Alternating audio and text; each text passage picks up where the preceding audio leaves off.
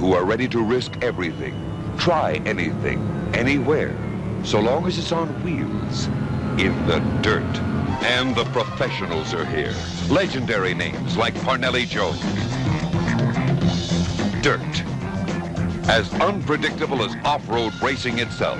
Well, Big Oly, I started driving for Bill Strop, and I'd won the stock car championship for him. He wanted me to drive the off-road deal in Baja race and Las Vegas stuff. And I said, no, Bill, I don't think it's my bag. And he said, well, he knew how to get to me. He said, you're probably not man enough. So that was like throwing a red flag. And I said, you get one of them ready. So he did at the race in Las Vegas. Of course, I went out and destroyed the car because I overdrove it. The guy riding with me, Ray Harvey, I said, if you think I'm running too hard, just tap me on the knee, about beat me to death. But when he got in that car, his personality changed 100%. I mean, he'd beat on me and tell me to slow down. There's coyotes out here. We don't want to spend the night. There's snakes and all that. And he'd beat me and he'd get me to slow down. And I needed that. He was a great asset for me in the car. It was a tube frame car with a lot of shock travel, had a big wing for aerodynamic downforce, had a lot of tweaky things on it. Had a very reliable Ford engine, automatic B&M hydro transmission, beefed up everything. It was the forerunner of what they call trophy trucks today. You had to have a cover over the top, so I figured if you have a cover over the top, you might as well make a wing foil out of it. And the wing foil houses two lights that pop out of the top, and also has a rear spoiler on the back, so you can adjust it so when we come over it rises, you don't land on the nose. It comes over and lands pretty flat, and it does. That really works. And it goes 44 gallons of fuel, has two drinking fountains in it, so to speak. I mean, two containers of water. It has a windshield, sends the air up over your head, so you can have an open face without a windshield, but yet you're getting the airflow, a good portion of it over your head. Parnelli, I think, enjoyed his time driving the car. He enjoyed the off-road experience. He enjoyed engineering the car to what he think would be the best thing to do. Him and Dick Russell would get together and draw stuff out and build it and that kind of thing. It was, again, seat-of-the-pants engineering versus CAD-CAM, Caltech designers. We didn't have those in those days. All that stuff came out of our head, and that car came out of Parnelli and Dick's head. I wanted to win overall. I didn't want to just be a participant in a class or anything like that. I wanted to beat the motorcycles. I wanted to beat, they were the ones that were winning all the races at the time, and they were so much faster than the cars. I had so much fun seeing this recreational thing that I was out there kind of doing it for myself and not doing it for really the money or a real sponsor or anything like that, even though Ford was sponsoring the Broncos. But I was at the same time getting the bug. Something so much different than I had been doing, and I really enjoyed it. And here's a look out on the course now at Parnelli Jones, and he sure is moving. In car number 83, another Bronco. Must remind him of his old dirt track racing days. But this is a lot more rugged than those closed courses. Anyway, so I got kind of hooked on it, so I went to the next race was 1,000. Well, I took it a little easier and made it about 250 miles down the course and broke the front end in it. Once you stick one in a hole or bend the front end or blow a couple of front tires out or something like that, you're really in trouble. Later that year, Strop had built a two-wheel drive Bronco and with an I-beam front suspension under it, and took the big heavy front end out from under it. And when I seen that, he took it back to Detroit to see if they wanted to build a cheaper Bronco. And anyway, they didn't want to do it, and they sent it back, and I said, man, that's what I want for an off-road vehicle. Anyway, so I won the 500 with it, my first off-road race, and I won. Well, when I did that, I knew exactly what I wanted in a finished car, and that was the results of Big Oly. So Dick Russell, who worked for Strop, I tried to get Strop to do this, and Strop wouldn't do it. He said, no, you're venturing away from Ford too much.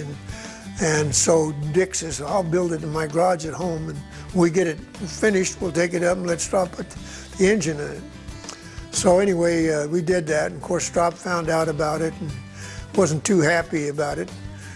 Didn't win the first race. We took off for the 1,000 the first year, got about 250 miles down, and there was a pit at San Ynez, and I'm sitting in the pits, and about this time one of these dune buggies goes flying by. One of the cars I had to beat was Drino Miller.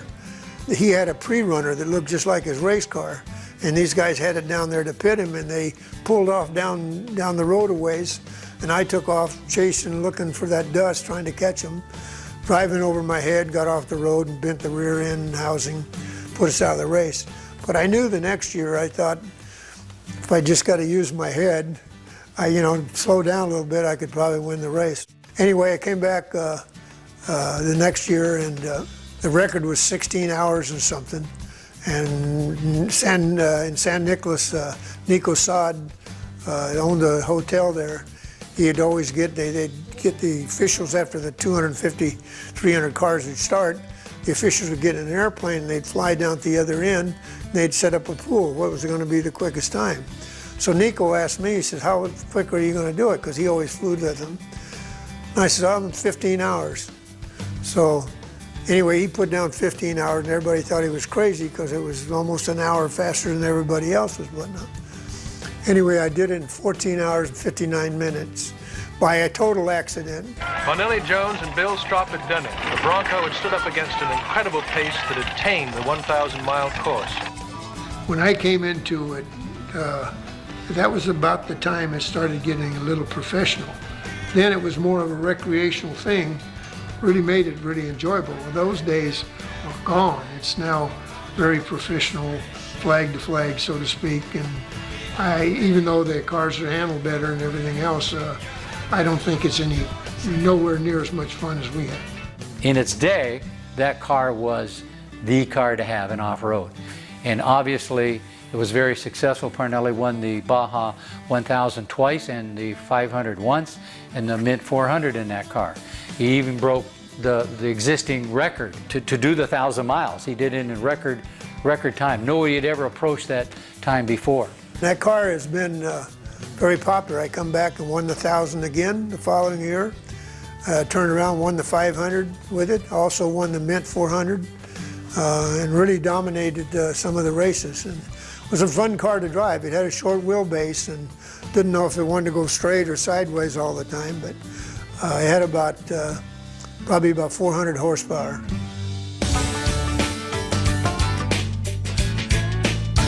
Came into the last pit stop. It's about 120 miles or something like that to the finish line. So I figured that the 12 gallons that went in the left side, they motioned me on. I figured it ought to be enough to get me to the end. Well, I got about within 10 or 15 miles from the finish line. And I'm up on the mesa and I can see the lights of La Paz. But I'm sitting there and man, you talk about hurt. I'm walking up and down the highway and everything else. Finally, there was a little light coming and it looked like a bicycle light. And I didn't think it was ever going to get there, but it just finally creeped up there. Well, it happened to be two Mexican guys in a Volkswagen, and the belt had come off. So they had no generator or anything like that. But they did have a full tank of fuel. Thank God.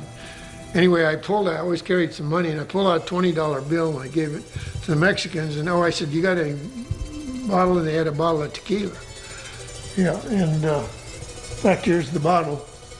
And so I pulled off a windshield wiper hose and siphoned about 15 bottles of gasoline, kept pouring it in the car.